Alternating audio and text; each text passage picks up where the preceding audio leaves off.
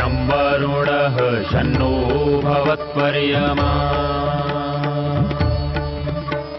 शन्न इन्द्रो बृहस्पतिः शन्नो विष्णुरुक्रमः ॐ शान्ति शान्ति शान्तिः।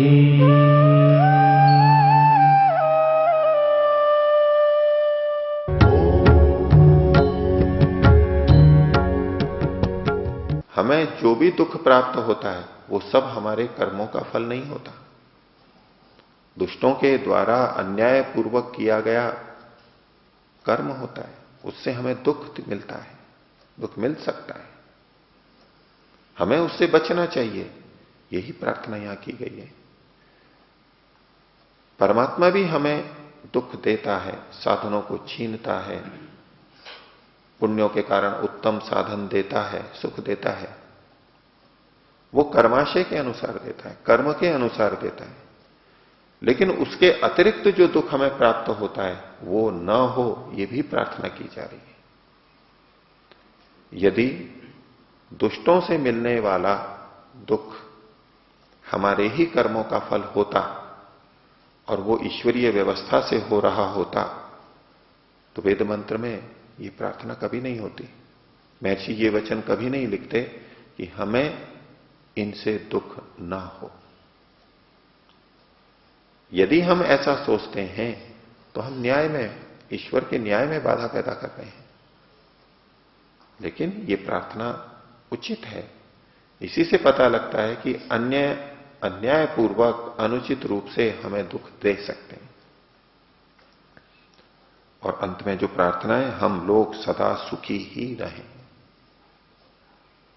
हम अपने पुण्यों के कारण भी सुखी होते हैं, अपने पुरुषार्थ के कारण सुखी होते हैं, परमात्मा की व्यवस्था से हम सुखी होते हैं। लेकिन अन्य जो बाधा पैदा करते हैं उन्हें भी परमात्मा रोके। और जब ये प्रार्थना की जा रही है तो इसका निश्चित अर्थ है कि परमात्मा ऐसा करता है, ऐसा हो सकता है। अब ये बड़ी विचित्र बात लगेगी कि उसी जल को सज्जन पिए उसके लिए सुखदायक हो और दुर्जन पिए तो दुखदायक हो। वही अन्न सज्जन खाए तो हितकारक हो, सुमित्र के समान हो, और वही अन्न दुर्जन खाए तो दुर्मित्र के समान हो। ऐसा हो सकता है, ऐसा होता है। सज्जन व्यक्ति जब शांत होता है, सज्जन शांत ही रहेगा, व्यवस्थित रहेगा, उचित मात्रा में खाएगा, ठीक ढंग से खाएगा, तो वो ही अन्न और जल उसके लिए हितकर होंगे। और जो दुष्ट होगा उसका मन विचलित होगा, वो शांत नहीं रह सकता, उसे चिंता, शोक, भय रहेंगे, उससे उसका मस्तिष्क चंचल और विकृत रहेगा। इसके कारण उसका खाना बिगड़ जाएगा, वो गलत खाएगा, गलत तरीके से खाएगा, गलत ढंग से पिएगा, हड़बड़ी में पिएगा, तो वो ही जल उसके गले में दर्द भी पैदा कर सकता है। और अंदर जब इन अन्न आदि का पाचन होता है तो जो धर्मात्मा है, आर्य हैं, उनकी बुद्धि शांत रहने से उनके पाचक स्राव ठीक निकलेंगे और उनका पाचन ठीक होगा, ठीक रसायन बनेंगे और ठीक तरह से अवशोषित होकर के उनको स्वास्थ्य की प्राप्ति होगी। और जो अनार्य दुष्ट हैं, जो ईर्ष्या, द्वेष, काम, क्रोध, लोभ, मोह से बहुत ग्रस्त हैं, उनके पाचक स्राव अव्यवस्थित होंगे, उनका पाचन ठीक नहीं होगा, निर्मित चीज न जाने क्या से क्या बन जाएगी और वो जब उनके शरीर में जाएगी तो विभिन्न रोगों को पैदा करेगी। वही अन्न पाचन के भेद से एक को हितकर होगा और एक को अहितकर होगा, ऐसा संभव है। भावनाओं के आधार पर भिन्न भिन्न प्रभाव हमारे पर आते हैं। हमारे पर अच्छा और बुरा प्रभाव मात्र वस्तु के स्वरूप पर ही निर्भर नहीं करता, उसके गुणधर्मों पर ही निर्भर नहीं करता, क्योंकि वो जूं का तू हमारे शरीर में जाके नहीं लगता है। बीच में एक लंबी प्रक्रिया होती है। उस प्रक्रिया में भेद आने से वही जल और औषधि आर्यों के लिए हितकारक होंगे और अनार्यों के लिए अहितकारक होंगे, अहितकारक हो सकते हैं। ये प्रार्थना यहां की गई। यहां और इस प्रकार के मंत्रों में एक बात और ध्यान देने की है। ये कामना बहुवचन में की गई है, यो अस्मान द्वेष्टि, जो हमारे से द्वेष करता है। यह द्वेष्टि ये एक वचन है और अस्मान बहुवचन है। जो एक व्यक्ति हम सबसे द्वेष करता है। और आगे भी यंच वयम द्वेष्मः, जिससे हम द्वेष करते हैं। तो यम ये एक है और वयम द्वेष्मः बहुवचन है। हम जिससे द्वेष करते हैं, एक व्यक्ति से। कोई अकेला व्यक्ति ये सोच ले कि मैं धर्मात्मा हूं, आर्य हूं, और ये बाकी सब दुष्ट हैं, मैं इनसे द्वेष करता हूं, ये मेरे से द्वेष करते हैं, तो बहुत अधिक संभावना है कि वो अकेला व्यक्ति स्वयं दुष्ट हो। अकेला व्यक्ति अज्ञानता से गलत सोच सकता है, गलत कर सकता है। उसे ये भ्रांति हो सकती है कि मैं ठीक हूं, मैं आर्य हूं, और बाकी सब उसके विरोधी। उसको ये प्रार्थना करने का अधिकार नहीं है। हां, यदि हम बहुत हैं और हम सब इस बात से सहमत हैं कि हम ठीक हैं, अब दोष की संभावना अति न्यून हो जाएगी। हम सब श्रेष्ठ हैं और सामने वाले भी बहुत सारे नहीं हैं, एक है। हम सबका एक मत है कि ये एक व्यक्ति गलत है। अब दूसरे को दुष्ट समझने की संभावना, भ्रांति अत्यल्प हो जाएगी। हमें ये सुनिश्चित करना चाहिए कि हम सबका, आर्यों का ये मत है कि ये एक व्यक्ति गलत है, हम सबसे दुर्व्यवहार कर रहा है। उसके प्रति हम ये प्रार्थना कर सकते हैं, इसके लिए ये सब चीजें हानिकारक हो जाएं, और उसके लिए वो हानिकारक होती हैं, वो हानि उठाता है। यदि हम बहुत सारे हैं और वो भी बहुत हैं, हम उन्हें हानिकारक समझ रहे हैं और वो हमें हानिकारक समझ रहे हैं, परस्पर द्वेष है, तो भी हमें विचारना चाहिए कहीं हम तो गलत नहीं है। वेद के मंत्रों में जहां जहां भी ये मिलता है, ये बहुवचन और एक वचन की विशेषता आपको मिलेगी। संध्या के मंत्रों में भी, मनसा परिक्रमा में बिल्कुल यही वाक्य है। और भी जगह देखिए आप, तो ये भी हमारे लिए एक संकेत है कि हम अकेले ये ना समझ लें कि मैं आर्य हूं और ये सारे के सारे दुष्ट हैं, मेरे आसपास के जो अन्य व्यक्ति हैं ये दुष्ट हैं, और मन चाही प्रार्थना करने लगे, इस प्रार्थना का उपयोग करने लगे। ऐसा करेंगे तो वो अनर्थ करेगा, अपनी और हानि करेगा। क्योंकि जो दुष्ट नहीं है उसको दुष्ट समझना ये अपने आप में एक बड़ा पाप है, और उसको, उनको दुष्ट समझ के वो उनसे ऐसा ही व्यवहार करता है, वो और पाप कमाता चला जाता है। इसलिए अपने अकेले के अहंकार में हम ये न समझने लगे कि हम तो आर्य ही हैं, मैं तो आर्य ही हूं, और दूसरों के प्रति कोई भी प्रार्थना करने लग जाए। इस मंत्र का ऋषि दध्यंग आथर्वण है, पिछले भी कई मंत्रों में ये आया। तो धारण करने वालों को जो धारण करता है, प्राप्त करता है। जो व्यक्ति ऐसी प्रार्थना करता है और वेद मंत्र के अनुसार चलता है, वो धारण करने वालों को प्राप्त कर लेता है। जो चीजें हमें धारण करती हैं, हमारा हित करती हैं, उनको वो प्राप्त कर लेगा। और जो ऐसा नहीं करता है, वो धारण करने वाली वस्तुओं को प्राप्त नहीं कर पाएगा। कहीं ना कहीं जितने अंशों में दोष है उतने अंशों में वो अधारणियों को भी प्राप्त कर लेगा और धारणियों को प्राप्त नहीं कर पाएगा, सबको नहीं कर पाएगा। कुछ प्राप्त करेगा, कुछ नहीं भी प्राप्त करेगा। और आथर्वण, ये दूसरों की हिंसा भी नहीं करता है। ऐसी प्रार्थना करने वाला हिंसक नहीं है, वो आथर्वण ऋषि है, हिंसक नहीं है वो। वेद की हिंसा अहिंसा की परिभाषा सार्वकालिक है और अत्यंत परिशुद्ध है।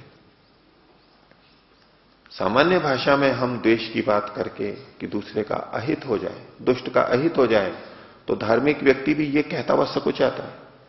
वो सोचता है कहीं ये द्वेष मेरी मुक्ति में बाधक ना हो जाए, मैं हिंसा तो नहीं कर रहा हूं। ऐसी अहिंसा वेदोक्त नहीं है और ये हानिकारक है, व्यक्ति की भी हानि करेगी और समाज की भी हानि करेगी। वेद के अनुसार हमें द्वेष करना चाहिए। इसका एक दूसरा पक्ष और है कि जब आर्य को यह सिद्धांत स्पष्ट रहता है कि दुष्टों के लिए ये जल और औषधियां हानिकारक होती हैं, तो वो दुष्ट बनना नहीं चाहेगा। वो अपने को आर्य ही बना के रखेगा। उसे स्पष्ट है मैं दुष्ट हुआ तो मेरे लिए भी ये उसी प्रकार हानिकारक हो जाएंगी। यदि मैं बहुत सारे सज्जनों का द्वेषी बन गया, मैं उन सबसे द्वेष करता हूं और वो सब भी मेरे से द्वेष करते हैं, तो मैं भी उसी कोटि में आ जाऊंगा कि ये जल और औषधियां मेरे लिए दुर्मित्र होंगी, हानिकारक होंगी। तो वो ऐसा नहीं बनता है। अपने आप पर भी लागू करता है, दूसरों पर भी लागू करता है। और जब हर व्यक्ति ये सोचने लगेगा, ये समझ लेगा कि जब तक मैं आर्य हूं तब तक ही ये अन्न और औषधियां मेरे लिए हितकर होंगी, नहीं तो नहीं। मैं भले ही इनको मित्र समझता रहूं, लेकिन ये मेरे लिए हानिकारक होंगी, होती हैं वो। तो इस संसार में सुखी रहने के लिए हमें आर्य बनना चाहिए, ताकि ये हमारे लिए सब चीजें हितकर हों। परमात्मा ने इन्हें हित के लिए ही बनाया है, लेकिन परमात्मा अविवेकी नहीं है कि इनसे सबका पूरा पूरा हित हो। परमात्मा ने इन्हें ऐसा बनाया है कि ये दुष्टों के लिए हानिकारक भी हों। वो इन्हें मित्र समझेंगे, वो इन्हें हितकर समझेंगे और बहुत सा लाभ भी होगा, लेकिन कुछ हानियां भी होती रहेंगी। जितनी जितनी उनमें दुष्टता है वो उनको हानिकारक होंगी। इस मंत्र का देवता है सोम। सोम जैसे औषधि हितकारक होती है, शांतिकारक होती है, रोग को हटाने वाली होती है, ऐसा ये विषय आप और औषधि ये यहां पर प्रतीक के रूप में लिखी गई हैं। ये सोम रूप है, ये हमारे लिए कल्याणकारक है, शांति को देने वाली है। तो आर्यों को मन में ये भावना, ये प्रार्थना रखनी चाहिए। आर्यों को ये निरीक्षण करना चाहिए कि वो झूठे प्रेम के अंदर तो नहीं फंसे हुए हैं, कि दुष्टों का भी हित हो, दुष्टों के लिए भी अहित की बात मन में ना सोचें और ऐसा करते हुए दुष्टों को ही बढ़ावा दे रहे हों, अधर्म को बढ़ावा दे रहे हों और अंततः अपने लिए, श्रेष्ठों के लिए हानि पैदा करने की बात कर रहे हों और उस अधार्मिक को भी और अधर्म में फंसने की स्थिति पैदा कर रहे हों। ये आर्यों को सोचना चाहिए। ये बड़ी सूक्ष्म बात है, लेकिन बहुत स्पष्ट बात है। वेद का हमारे लिए यही आदेश है। पूछिए दिलीप जी। बिल्कुल ये है। आज हम करते हैं, आतंकवादियों के ऊपर अगर आक्रमण किया जाए तो उनके निवास स्थान, उनके जल स्रोत, उनके अन्न आदि, उनके अस्त्र शस्त्र सब नष्ट किए जाते हैं, करने आवश्यक है।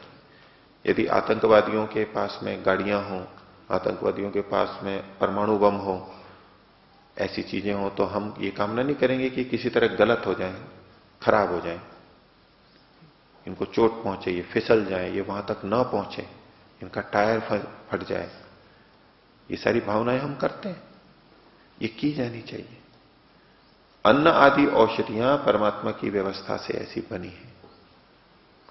जो व्यक्ति सज्जनों के प्रति द्वेष करता है, उनका अहित करता है, उसका अहित होता ही है।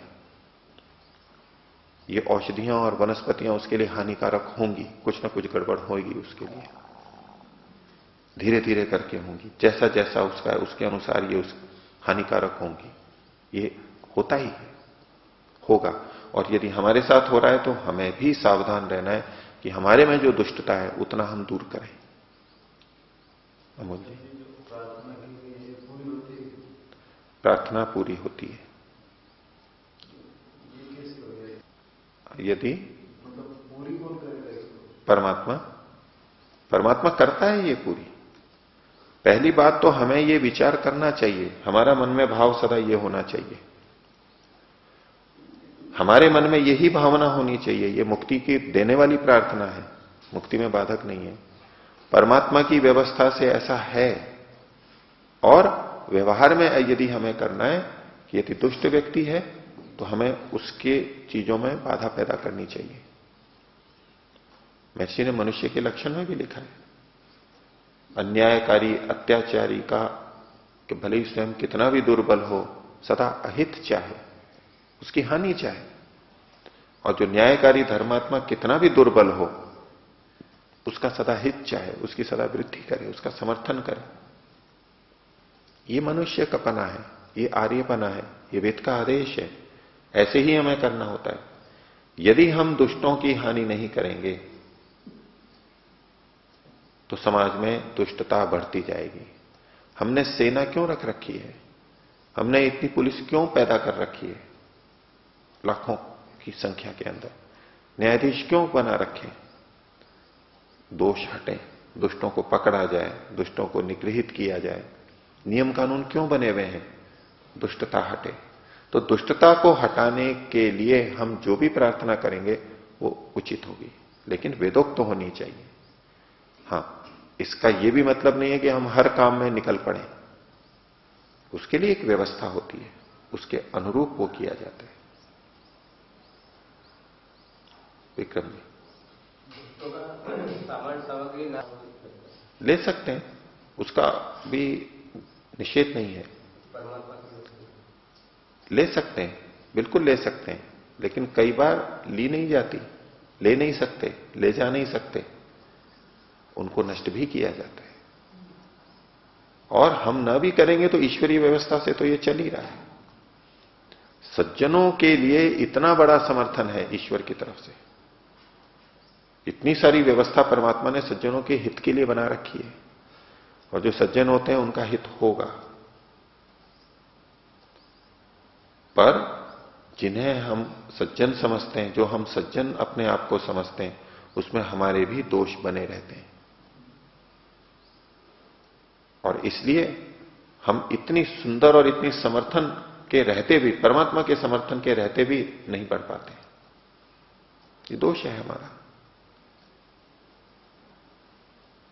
दुष्टों को ये समर्थन प्राप्त नहीं है, फिर भी वो संगठित होकर इतना फैल जाते हैं, वो इतना पुरुषार्थ करते हैं। यदि हम उतना भी कर लें, उनसे कम भी कर लें, तो भी हम फैल जाएंगे, क्योंकि हमारे पास ये बल भी है, ये व्यवस्था हमारे अनुकूल चल रही है। कोई भी होगा वो सज्जनता का, सच्चाई का समर्थन करेगा, मन में वही रखेगा।